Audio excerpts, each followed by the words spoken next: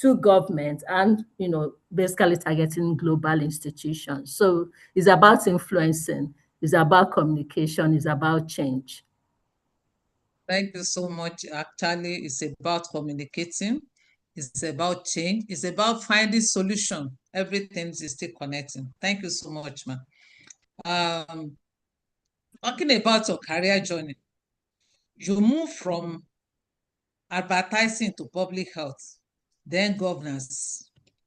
Still, like we have like the question that we asked.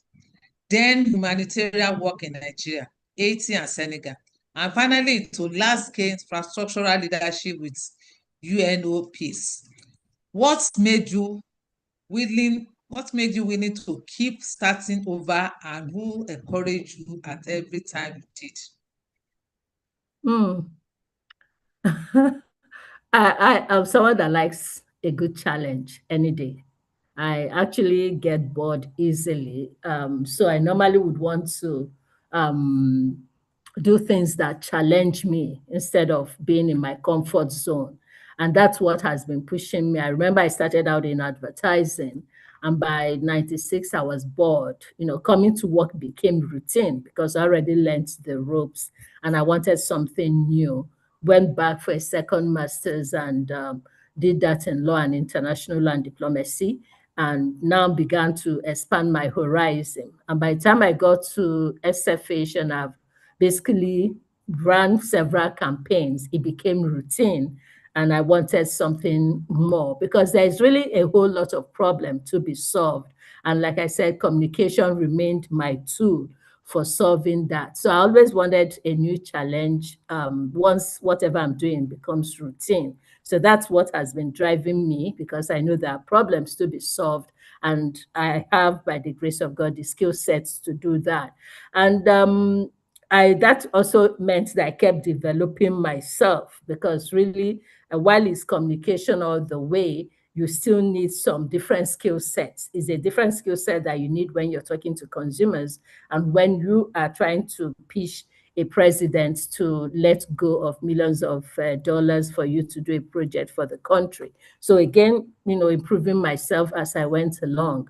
With your questions as to who supported me, of course, it was my family, my parents first, my siblings, and then my husband. My children were not left out of it, and friends and brethren who basically were around me, cheering me on every stage and encouraging me. And one thing I want people to take away from this is that, don't become routine, don't be comfortable. Once you become comfortable, you begin to lose your edge. You really need to use routine as a fuel for your growth and make sure that you have the right people around you affirming you as you move up. Back to you.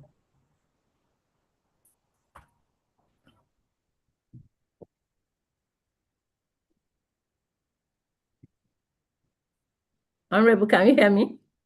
Yes, I think there's the YouTube is actually confident, but let us just continue. Okay.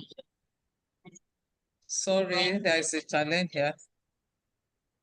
Just wait. Okay. Okay. So looking at, I think I'll sort that one later. Relocating from roles in Haiti and Senegal away from Nigeria, how did your family navigate that together?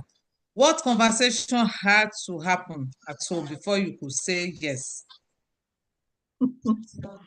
Yeah, as a wife and mother, I think this is the hardest part of my career, separating from my family, especially the young children in their formative years.